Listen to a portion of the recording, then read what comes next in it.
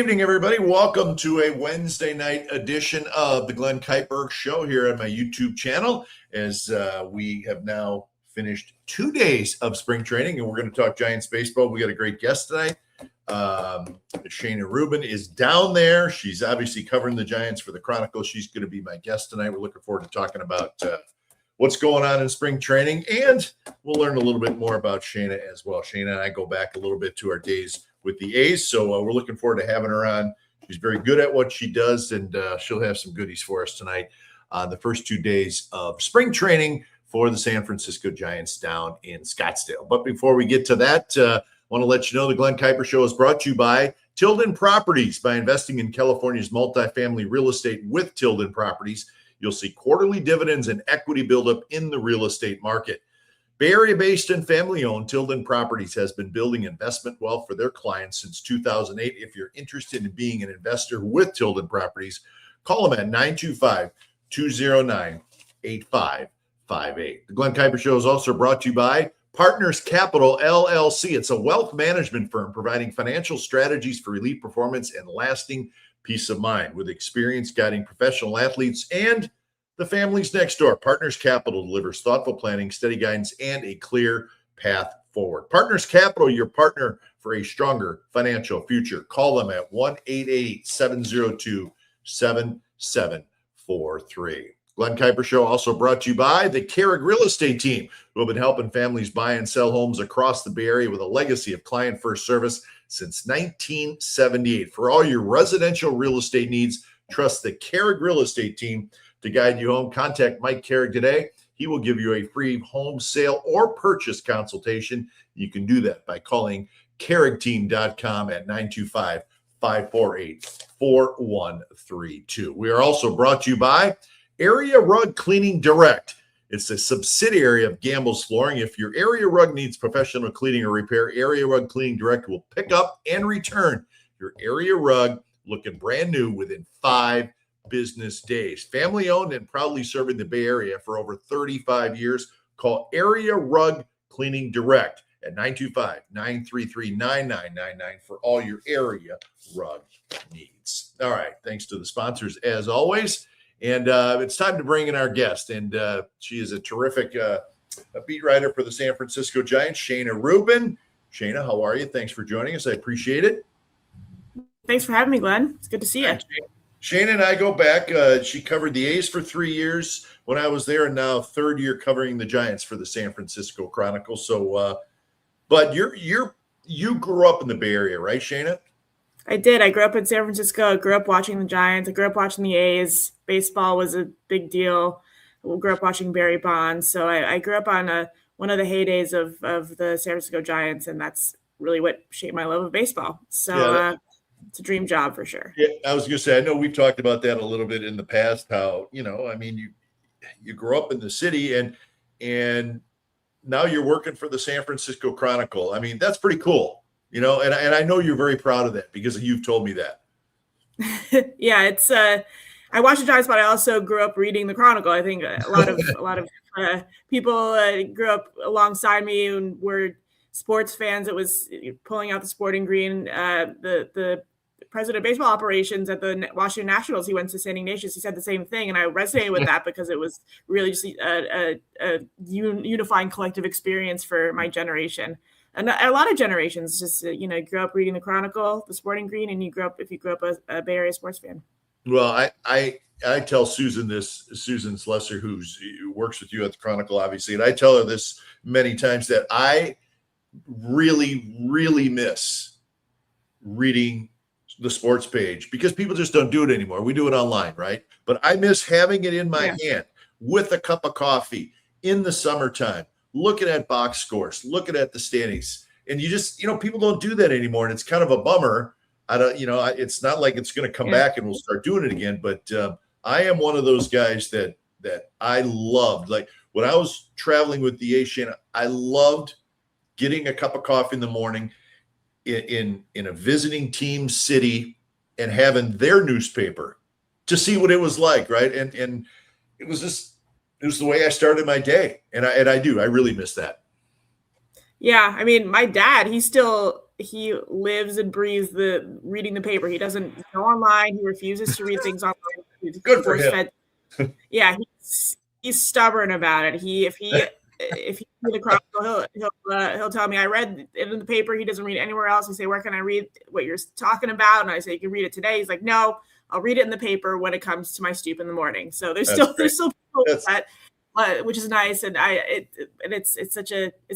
this feeling you're describing is such a nice one that I think we all kind of miss a little bit. I miss it too. Oh, absolutely. I mean, there's no question about it. But, I mean, you think about the people that you work with now, and you hear about what's happening in other cities, where, complete sports departments are being dropped by newspapers, which is really sad. But, here in San Francisco and with the Giants, you look at the people you work with. I mean, you work with Susan at the Chronicle, but also, Justice with the Merc, and Maria with MLB.com, and Bags and Grant Brisbee from The Athletic, and, John Shay's at the Standard now, Alex from NBC. I mean, that's a really, really good group of people. And I think the Giants are really lucky, and the fans are really lucky, and all of us in the Bay Area are really lucky that there's still that many people that are covering the San Francisco Giants. I think that's pretty impressive. Yeah, it's a really big beat, and it's growing with the addition of the Standard. So it's really when we're all together, it's a good reminder of I don't know how lucky we are in the Bay Area, how lucky fans are in the Bay Area and I'll toot the horn about how important it is to have a strong local beat for your team, because I think maybe people take for granted the information that they get about their teams. You see it on scrolling Instagram and say, oh, I heard this, and this happened. And I hear it from my friends like, oh, I was scrolling on Instagram that, Bryce Eldridge shagged fly balls in the outfield today. I'm like, oh yeah, that's because the beat writers are there to see that. Oh, so, right. It's one of those things that I hope, and I don't mean to sound preachy, but I hope people understand when they're getting all this information in the information age, it's coming from an original place with boots on the ground, people putting in the work and time. So definitely, and Giants have a good beat for sure. Yeah. Now you work hard spring training, but do you enjoy being down there? I do. I love it down here. I think it's just it's nice to just immerse myself in the spring training experience is people come and visit here for a reason. People go on vacation here for a reason. It's so purely baseball, but also just it's a getaway. And I think even though the days are long and, kind of early, and it's still just so nice to be in a very pure baseball atmosphere and be completely immersed in it. And I enjoy the food here. I don't know how to explain it, but it's different, but also comforting kind of food going on. It's an underrated food scene in Phoenix and in Scottsdale. It's the weather's perfect this time of year. It's hard to complain about spending a couple weeks I love it too. I did have a show on it on Monday, just about how great spring training is and how great Scottsdale is from a standpoint of the Giants Park and where it is. It's a urban ballpark in a little town, right? Yeah. And you've been to all the other stadiums down in Scottsdale, and there's some really, really nice ones. But I don't think there's another one that's like Scottsdale Stadium. Is there? You're driving and parking to all the other ones, if I remember correctly. Yeah, there's a lot of driving and parking at the other ones. Yeah, exactly.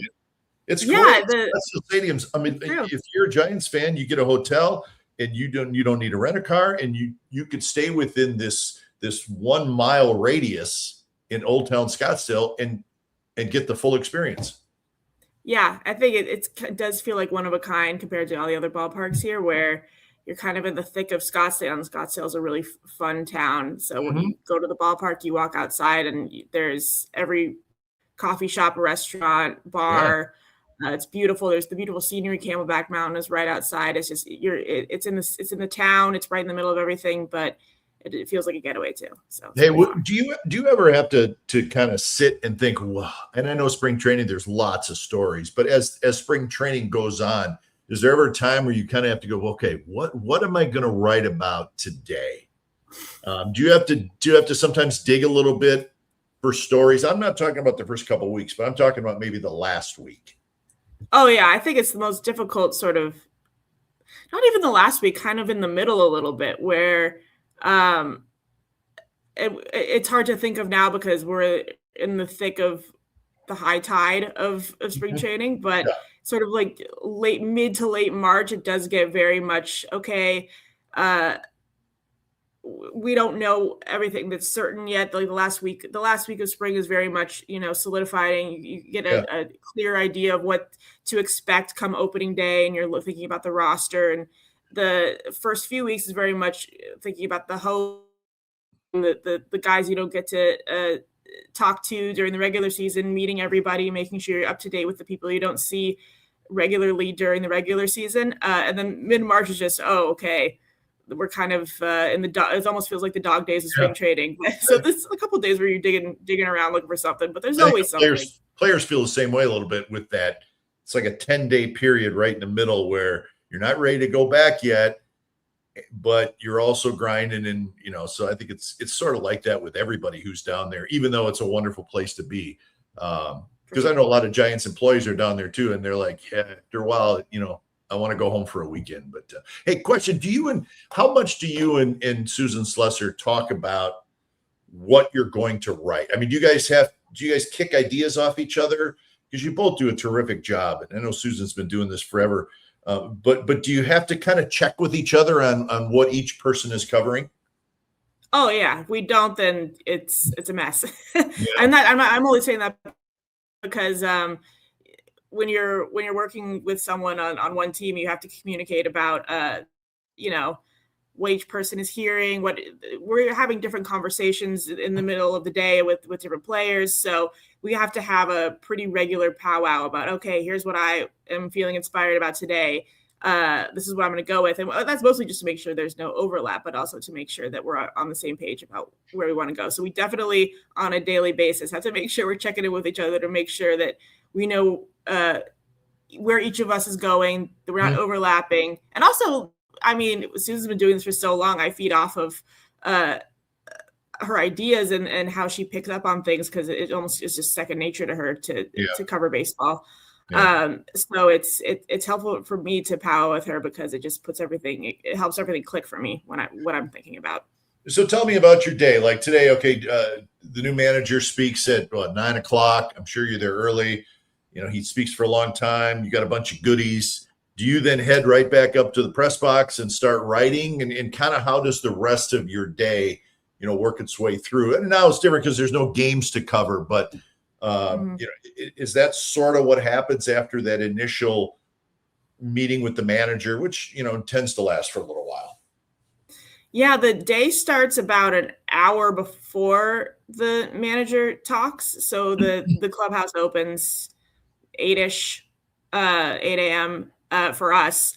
And that's when we get our time to talk with anyone who's in the clubhouse, catch up with the players, start to pull the threads of stories that we're already working on. And then at about an hour later, that's when Tony Vitello talks. And then after that, you kind of, sometimes there's news, sometimes there's not. If there's news, go to the press box and write it. If there's not, then it's a lot of just continuing to watch what's going on, keep an eye on the field, see the drills, see who's doing what. Sometimes things stick out. Like today, I mentioned earlier, you go to the backfield, see Bryce Eldridge that has an outfield glove and he's shagging balls. And it's like, okay, well, that's interesting. So you're there to try to the time between when Tony talks in the morning and the end of the day, you're trying to pick up on little things that are happening. You're trying to witness, the progression of spring training. And sometimes you get lucky, and not even lucky. Sometimes you see something and that's where the story begins. And then this is just in the first, before games start at the end of the month. And then when games start, that little time happens between the manager and then you got to go off or go off to the ballpark where the game is going to happen. And then So, but when you go in that, when you walk in that clubhouse in the morning and you got, an hour or whatever with the players, you obviously go in there with a plan, right? I mean, you're not standing there thinking about, well, who should I talk to? I mean, you got a plan in mind, right? Yeah, and sometimes the plan flies out the window. Oftentimes the plan flies out the window. I have so many drawn up plans, even going into the entire spring training experience. Like, I want to talk to this guy, and I want to have this story, and I have all these big ideas about how I'm going to plan out the first few days. And then I can say now everything that I thought I was going to do the first few days didn't happen at all. Yeah. Just because other things come up, and it's things that people that you want to talk to aren't available, or someone that you didn't think you wanted to talk to is available, and then it kind of shifts your perspective, or you hear something from the manager's press conference that changes what you want to ask someone else the next day. So it's you go with a plan, and sometimes the plan is executed, and for the most part it's not. But that's the fun of it, is going with the flow. It's a lot of going with the flow of spring, and that's sort of the culture of spring training anyway. It's all casual and fun.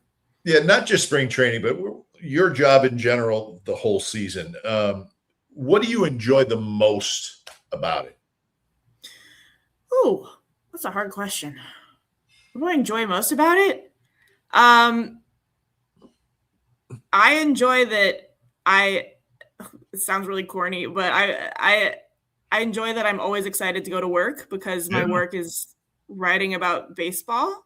That's awesome. Like there's really, I can't ask for anything more. I know how you feel. There's something about going to the ballpark. If it means that much to you and you're getting paid to do that, that's it. I don't need any more, right? Yeah, sure. I mean, you get it, right? It's absolutely. I know going exactly. to the ballpark for work. It's nothing better. Yeah. And what's the toughest thing for you? Oh,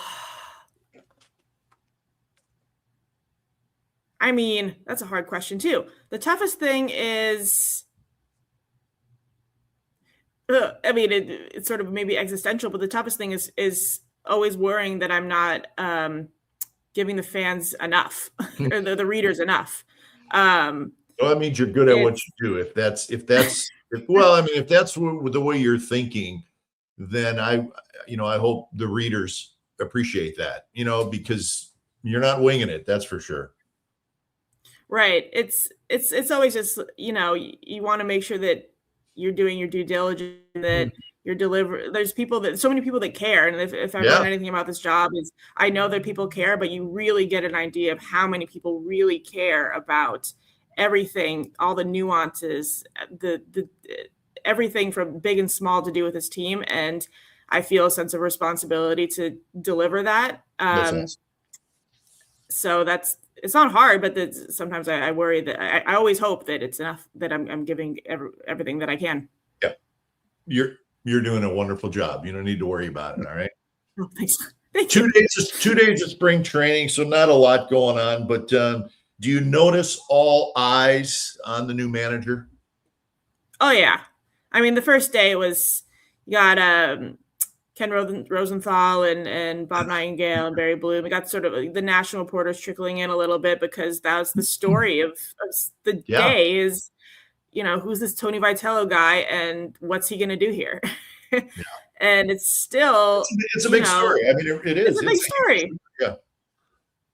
It's a huge baseball story in the history of baseball. It's momentous. It's the first time this has happened. So I think the eyes are not going to go away after your spring training. I think that I'm still just anxious to see how this goes, because it's only been 2 days, and it feels like, I think I've said this, we haven't learned a whole lot more about Tony Vitello, other than he's very competitive, very fired up at all times, and that was the reputation that he had when he came in. And I think that we're generally seeing that.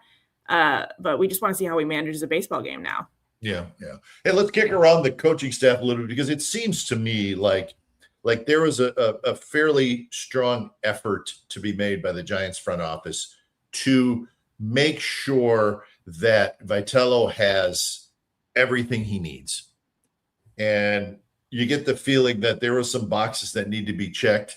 And is there any areas that we need to have covered by this coaching staff? And if there is, let's get a guy. And I think that's very important for for this new manager who's, he's got a lot going on. Did you get that sense that they really had boxes to check to make sure that there was no areas that maybe Vitello didn't have a little help? Because he's got a lot going on. I mean, I don't think there's any question about that. Yeah, I think that's a good way to look at it. The way that it was explained to me is that not only did every box need to be checked, but there needed to be complementary. Like if you look at the pitching coaches in particular, it kind of covers a really broad spectrum of what Tony needs and what the team needs. And it's sort of, you have Frank Anderson, who knows Tony really well. He's been a college baseball guy for decades. He's the veteran. He's also a guy that Tony knows he can lean on. So that's a theme in developing the coaching staff, is there's a couple guys that Tony knows he can lean on, which is Jace Tingler and Frank Anderson, to name a few. And then coaching staff, there's Christian Wonders, who he's younger, he has a biomechanical background, so was with the Rays, he was with the Padres.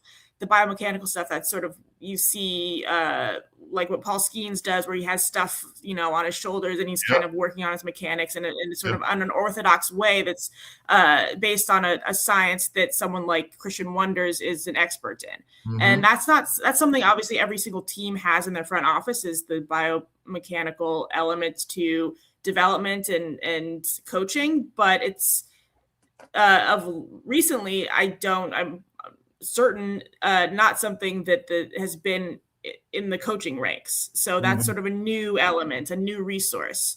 Sure. They also, and then they have Justin Message, who is worked with some of baseball's younger, greater looking prospects, and he's an experienced major league coach. So there's sort of a broad spectrum of available voices, but it's sort of checks certain boxes, and one especially in Anderson that Vitello needs to have at his dispense. So yeah, I think that if you look at the whole group, and it took them forever to announce the staff, which was bizarre, because when they announced it, it was like, okay, these are all the guys that we knew were on the staff. There was no surprising. There was no late surprises. But he was very thorough in making sure that it appears that he was very thorough in making sure that it was exactly the group that he wanted. And that seems like probably, when it comes to what to expect from this team taking a step, it's the players, but I think that it could also be something that comes down to the coaching staff and how they can potentially pull more out of the group that we're looking at now.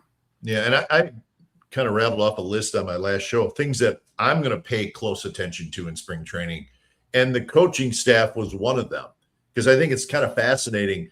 And you mentioned the diversity of age. Ron Washington, 73, Frank Anderson, 66, and then Christian Wonders is 33. And then you got a bunch of guys in their 40s, which I think is great. And I would love to sit in that coach's office, especially in spring training, and just hear these guys talk. I bet it's fascinating, because you have all spectrums, right? You have the analytic guys, and you have, the Ron Washingtons, who are probably a little bit more old school, but yet all very, very sharp baseball people in their own way. And can this group come together? And I'm sure they will, but that could take a little while. But I find the coaching staff fascinating, and I can't wait to get down there and just meet these guys and get to know them a little bit, but also just watch how they go about their business, because it's a big group, right? It's 12 coaches. I mean, that's a pretty big group. So I think that's a key. I'm with you on that. I think that's a big deal. And can they get to the players, which I think they will. I mean, this player group is pretty good, but the coaching staff thing is very, very interesting to me. Yeah, I think it's probably one of the most interesting developments of the entire offseason. It had to be, it was completely remade. And I think a lot of attention, as to be expected, is paid on free agency and how are they going to get one of the big names and are they going to spend this amount of money. And I think that's a fair critique or ask, or it's fair for the fans to, or people that care, to want to see a little bit more spending or more action in free agency. But I think that it's also fair to say, look, there's been a lot of changes behind the scenes, and it's worth paying attention to how that's going to impact the group that you see right now. And as you mentioned, the diversity of voices, it would be to be a fly on the wall at some of their dinners is probably going to be. I mean, I've heard Ron Washington is just hilarious in himself, so he's a beauty. Hear some of his stories. There's an entertainment value there with Wash, and Right. yeah, he's one of the great ones. So, I mean, you mentioned the offseason a little bit. I mean, what surprised you this offseason? And when I say surprised you, the do's and maybe the don'ts, the did and did nots of the Giants offseason. Did anything jump out at you? I was a little surprised that they didn't add to the bullpen. I understand that the bullpen market is a little bit, I don't know if wonky is the right word, but you have a lot of, there's traps to fall into when it comes to spending on relievers. And I think that maybe the Giants are a little wary of that, given the history that they have there. It's never necessarily paid off for them to just go headfirst into the closer market, for example. But the hesitancy to dive headfirst financially into the reliever market has left them with a very nebulous looking bullpen right now. And that's not to knock the group that they have there. There's a lot of options. There's a lot of opportunity to be had. There's a lot of competition in spring that we are going to be watching. But there's, for the big leaguers, for the expected group that we're looking at now, there's just a little bit of a lack of stuff. There's a little bit of a lack of punch. Ryan Walker, if he can get back to his full form, that there's a little punch there. A lot of punch there. Eric Miller, if he can stay healthy and get back into the rhythm himself, then there's a little punch there too. But otherwise, just feels a little lackluster. And that's not to where that can take a shift is if someone like Hayden Birdsong, Trevor McDonald, Keaton Wynn, Carson Wisenhunt maybe turn into bullpen options that can spice up the group, because right now it's looking a little bit bland. Yeah, and bullpens are weird anyways. You almost feel like for the most part, you have to redo your bullpen every year. You see that a lot. The Giants had the core four, which is almost unheard of, right? Is there anybody on that the non-roster invite list that intrigues you at all? Because Marty Lurie and I talked extensively about this on our show, and he brought up Will Bednar, the former #1 draft pick. And like non-roster invitees, they are what they are, right? But there's some talented guys there. Anybody jump out at you? I know you haven't seen him pitch yet, but maybe your curiosity is there about somebody. Oh yeah, I mean, Bednar's an easy one. I think that they're excited about the leap he's taken the last half year or year. Another one, Michael Fulmer, is former Rookie of the Year, who I think is in a strong consideration to really take a bullpen job. Another one is Trent Harris, who is a high top prospect. He's got nasty stuff. He is definitely, I haven't seen him pitch yet, but they promoted him through the minor league ranks pretty rapidly towards the middle of last year. So I think he's definitely someone that I want to see pitch, someone that I think would definitely be in the mix to be someone that earns a job earns a bullpen job. Trent Harris makes me feel old. I played with his dad in the minor leagues a long, long time ago. Giants. We've talked to him a little bit. I'm a guy that has a baseball dad. Yeah, yes, he does. The Giants kind of stayed away from, the long contract with starting pitchers. And a lot of teams did, Shayna, right? Dylan Cease got 7 years. Ranger Suarez got 5. I didn't see any other pitchers with more than 3. Now, I could have missed somebody in there somewhere. So I think a lot of teams were sort of doing that. That may be a new thing. Higher, average annual value, but shorter deals. But there was something that keeps coming back to me, Shayna, and tell me what you think. They're spending $17 million on Blake Snell, right? Signing bonus deferred to this year, whatever. Everybody wanted the Giants to sign Blake Snell. They did. This is the ramifications of that, right? But also, they had to pay University of Tennessee $3 million for Vitello's contract, right? And you're paying Bob Melvin, which, I don't know what Bob was making, but somewhere probably between, $3 and $5 million. That's a guess. But we're talking about $20 to $25 million that's going out. That's not a small amount. That's a couple players, right? And again, we can go into they should spend more and all that, but that's not what I'm saying. That's a significant amount of money that is going out that could be used on players, but there's reasons why it's not. You got the manager you want, and I get all that, but I wonder if that was part of any of this. I don't know. Maybe not. Maybe I'm overthinking it. What do you think?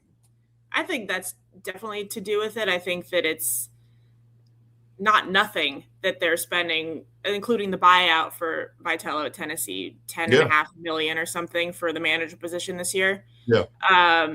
And I think it's also notable they have a lot of long-term contracts on the books otherwise. They have Devers for the long haul. They have Chapman kind of for the long haul. They have Willie Adames for the long haul, Jung-Hoo Lee, Logan Webb to a certain extent. So it's sort of it's easy to look at what they're doing right now in a vacuum and say this is just a bunch of short-term deals. Why are they being so cheap? But in the bigger picture, it's sort of a counterbalance to what they have going on in the books otherwise. They have a lot of commitments, and I think that, like it or not, the owner, Greg Johnson, said, we have a lot of commitments on the books. We kind of want to make sure that we're not completely hogtied financially when it comes to filling out our roster. You don't want to have too much space taken up by players that are going to take up a lot of years and money. And I don't think that's a ridiculous statement. Not ridiculous. I know it's not what fans necessarily want to hear, but I just didn't think it was that ridiculous of a statement. You can't have a whole bunch of guys locked up on 5, 6, 7-year deals. I mean, right. I think most owners would probably say that.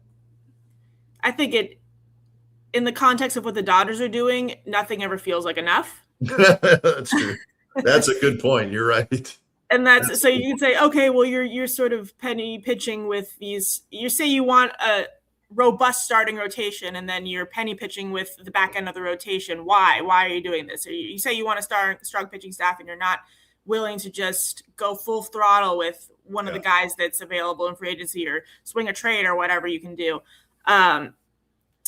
But I think that a lot of that anxiety is in the context of how much the Dodgers are spending and how much they're making, and they're just operating at a different financial tier than not only most teams in baseball, but just most teams in professional sports. They're just in a different stratosphere. And here the Giants are just plodding along in the same division and looking very much, like shrimpy dimpies down there. So but they're not, I think they're operating within their means. And I think that personally, I don't see the point in spending for spending's sake. I think that if you're spending just to make fans feel like, okay, you're trying to compete with the Dodgers, then you're not really thinking things through. But I also understand the desire to be sort of look at it as, you have a certain amount of wins above replacement or wins generally that you're trying to achieve, and maybe you can spend to get that. But it's not always that simple. It's just it feels like if you're an organization that needs to spend that much to and you're not the Dodgers, to spend that much to keep up, then maybe you need to rethink the way that you're generating or developing talent. Yeah, well, exactly. Maybe concentrate on the minor leagues, right? I mean, Right. and I think the Giants are doing that. We got some comments, which are always fun. Italiano116 says, "Hey, Glenn." Hey, 116, how are you? I love these people. Dan Cocamilio says, "Welcome to Arizona, Shayna. No better place in America than this time of year." Dan's got his own show, does a great job. Let's see. Pack 84, I think the Giants will surprise people this year. Definitely need to stay healthy, though. Yeah, I think that's probably the case with a lot of teams. Anything is possible. I'm hoping with this lineup, they will be fun to watch. Could have used more pitchers, but they have what they have now. All right. And Taylor Archibald says, "Miss you, Glenn." I appreciate that. Love all San Francisco Giants beat writers. Also miss the Sporting Green. Yeah, we do. We do. Okay, good. So let's get to our final segment here, and it has to do with the Giants. We're going to talk about this team a little bit, Shayna. So Bryce Eldridge today, fly balls in left field on the backfield. You saw it. So we can make a big deal out of this, but I don't really think it's a big deal. But probably not a bad idea, right? Yeah, definitely not a big deal. Just one of those things that paints a bigger picture about how the team is looking right now, I guess. I wouldn't expect, this is not, I can say pretty definitively, this is not the moment that we start to see Bryce Eldridge be turned into a potential outfielder for the San Francisco Giants. I think if he's going to make the team, it's going to be as a first baseman / designated hitter. The problem is that they already have one of those. They have a designated hitter / first baseman who's on the team for the next 8 years. Yeah. And Rafael Devers. So if you're looking at what they're doing now in terms of, throwing him to shag some balls, I think the words that Tony Vitello used to Bryce Eldridge was, you're not just shagging balls, if you're shagging balls, but shag them seriously. So You're not out there goofing off. Just try to stretch your legs and want to see if in an emergency, given the roster situation, because we want to be able to, if you make the team and have the flexibility and the versatility that we need to have, if there comes a time when we have to throw you out in the outfield in a pinch, we want to make sure that you don't look like you're going to fall over.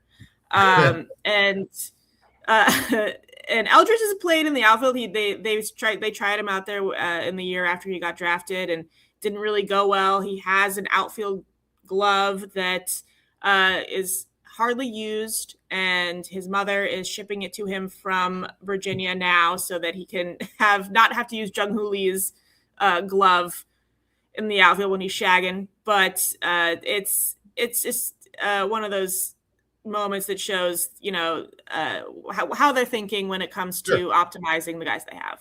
Sure. I just, as much as we would all love to see Bryce Eldridge in the opening day lineup, I just don't know that he's as much of and I don't want to say lock, but I don't know that he's as much of a sure thing as a lot of people want to believe. I don't know. I think the reality is his age, and he still has a lot of growth as a player. And I know Buster said that yesterday when you guys talked with Buster. One of you, the writers, asked him, "What do you want to see from him?" And he said, "I just want to see growth as a player." And that seems real general, but it makes a lot of sense.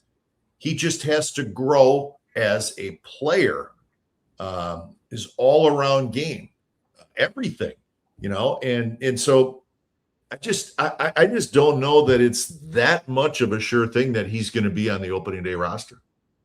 Definitely not a sure thing. I think he has to earn it. And I think the Giants, and earn it meaning spring is a time to earn it, but it's also a moment for the Giants to think about how they want the roster to look, but mostly saying that if you have Bryce Elder's on the roster. Best case scenario, you're raising the ceiling on your offense, paired with Rafael Devers and the kind of power that they have on one end. They have sort of a balance in their lineup of contact hitting, put the ball in play with the power, and he could potentially raise the power element to their lineup and make them a little bit more dynamic. But that's best case scenario. That's if, when you're looking at the at-bats he had in his debut games, he was making great contact. He was showing pretty surprising discipline. That's if that, if he makes the big league team, that translates into something positive. If the power and the hard contact translates into more hits, if the plate discipline keeps up. But as you are saying, it might be Buster's saying he wants to see him grow, and it would not surprise me if they send him to AAA to start the year and let him just get his footing again and grow a little bit more. He has to grow a little bit more positionally, grow a little bit more at the plate, and he still has room to grow, even though he's shown a lot of very promising signs. Yeah, I tend to agree with you on that. I know you guys talked to Arise yesterday, kind of a fun interview. Thought he was interesting, kind of delightful, and a lot of scrutiny here. And I thought the scrutiny from the the analytic part of his game offensively, it almost went overboard because it was so broken down. It's like, what about just the simple fact that the guy can hit, okay, and he does things. His hitting style is different than anybody else in that lineup. That's not a bad thing. And my feeling is, I'm good with analytics. I get it. I do. And I think they're super, super useful. But let's take him in the Giants lineup and how he's different than a lot of the other guys. Too many strikeouts last year. He doesn't strike out. Second worst batting average in the league as a team. He's a high average guy. The Giants, I felt like last year, Shayna, when you watched their games, there wasn't enough action offensively. There wasn't enough base runners. There was too many 3 up, 3 down innings. This guy can help change that. And to me, that's what they need. Now, I get the defensive thing. He's got to get better. I think he will be better. I think he's going to be better than people think. But I don't know. I just thought the scrutiny was like, okay, timeout. There's more to this than just, his bat speed is slow because he's flipping balls to left field. That's just my feelings of it. Sorry, I rambled on there. I just had to get that off my chest. Valid ramble. I totally agree. Thank you. Yeah, I think that I agree with your point that he gives the offense a look that was at his best very much lacking last year, where it's just you got a runner on and you just need to put the ball in play, and more times than not, it felt like they were just striking out or just having a lot of unproductive outs. And the potential for him is, you're putting the ball in play or getting action. They're more often than not, you're applying pressure on the defense to make a play. You're putting the ball in play, and that's something that Buster's been preaching is we want to put pressure on the defense. We want to put the ball in play. If someone's on, we want to force the other team to make something happen, not the other way around. So best case scenario, that's something that he is more than capable of doing. He's sort of the poster child for putting the ball in play. He is the poster child for putting the ball in play. I think that analytically, yes, a lot of people, there's a fascination with bat speed and hard hit rates. And is he any good if he's not able to do something like that? And how valuable is being a batting title champion or having a high batting average if you're not hitting for any power? That doesn't fly in today's game.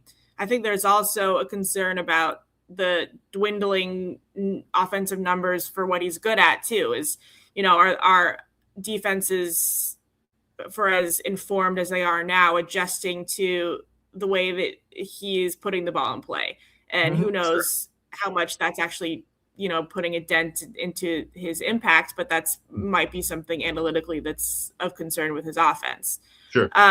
But best case scenario, I think he fits the bill for exactly what they need to balance out the offense, which is he might hit leadoff too, is you get on base and you create some action. Yeah. I mean, and that's my point is like, I think his numbers were down last year. So does that mean he's on a career nosedive? I don't know that I agree with that, but there's just he's better at things that the Giants need than a lot of the players that are in the lineup. Does that make sense? I mean, the Giants need to strike out less. He strikes out less. They need more action. He gets a lot of hits. He's on base quite a bit. I think it's fascinating, Shayna, where he will hit in the lineup. Yeah. It's right. Because and if you're into numbers, right, and it's baseball, he's a career 349 hitter with runners in scoring position. Mm-hmm. I think that's interesting. Like, would you put him somewhere outside of first or second in the lineup to kind of, I don't know. I don't think it's crazy. I don't think so either. I think, especially when, I don't know, I think that there's still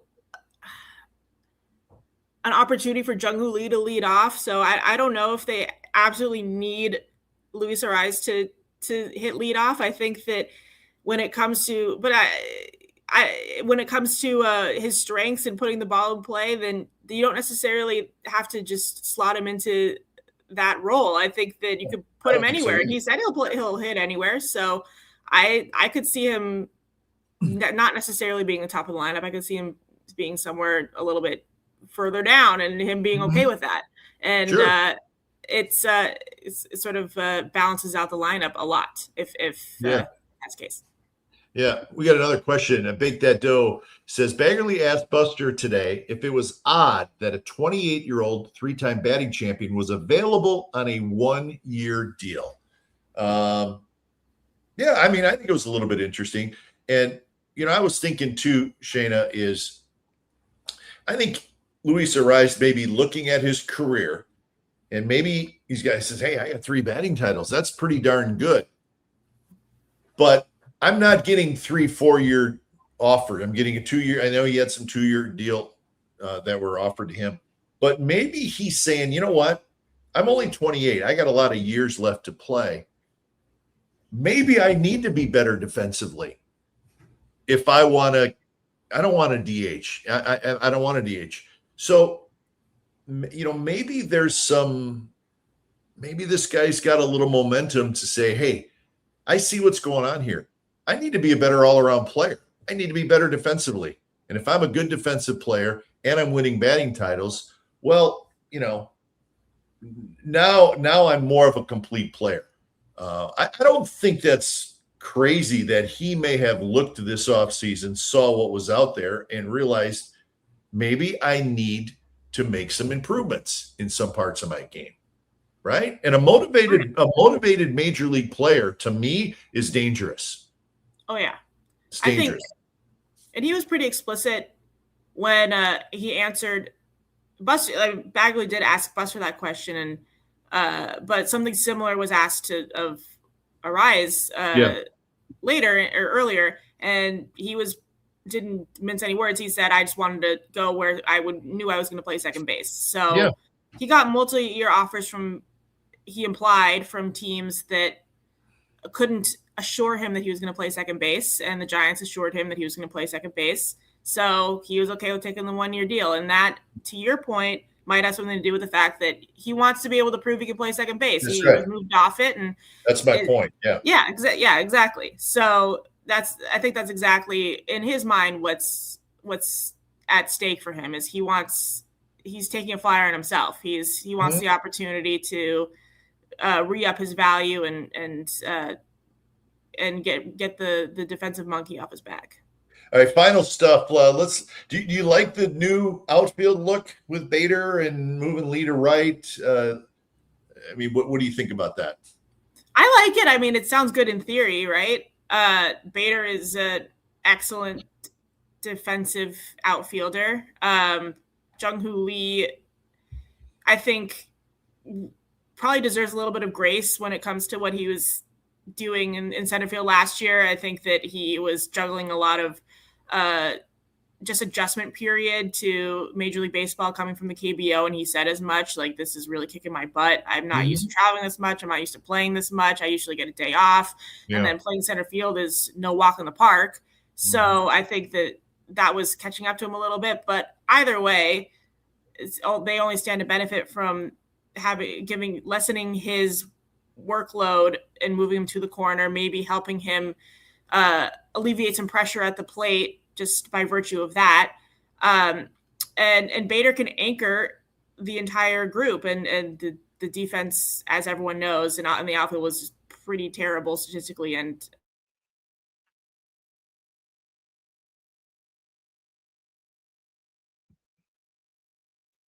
we may have lost Shayna's connection a little bit. It really has the potential to them up defensively, and that could. Oh, am I back? No, you're Sorry. good. You're good. You're good. No, that's okay. See, I think too. I think the Giants feel like two guys that have a real good chance of showing some internal improvement are Ramos and Lee. And I think those two guys. I think that they have another level that they could get to. Oh, yeah. Now, again, hope is not a great strategy, but the point is they're both young players, a couple years in the big leagues, had some success. Both are very willing to work, and there's a decent amount of talent there.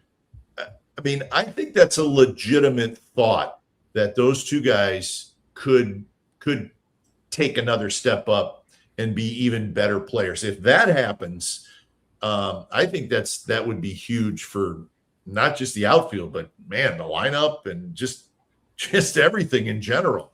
And I'm curious to see those two guys this year, because I do think they'll both be even better players. Yeah, I agree. I think that there's, especially, I mean, with both of them, Jung-Hoo and Elliott, they were pretty good in certain respects last year. They were in the same boat when it came to, they recognized where they went wrong, where things could have gone better. And there's a lot of very tangible room to grow for both of them. And that could kick them up a whole other notch if they take those steps. Yeah, that's the way I feel too. And then final question, Shayna, I don't know that Bader's never run out there 150 games. And I think the Giants know that,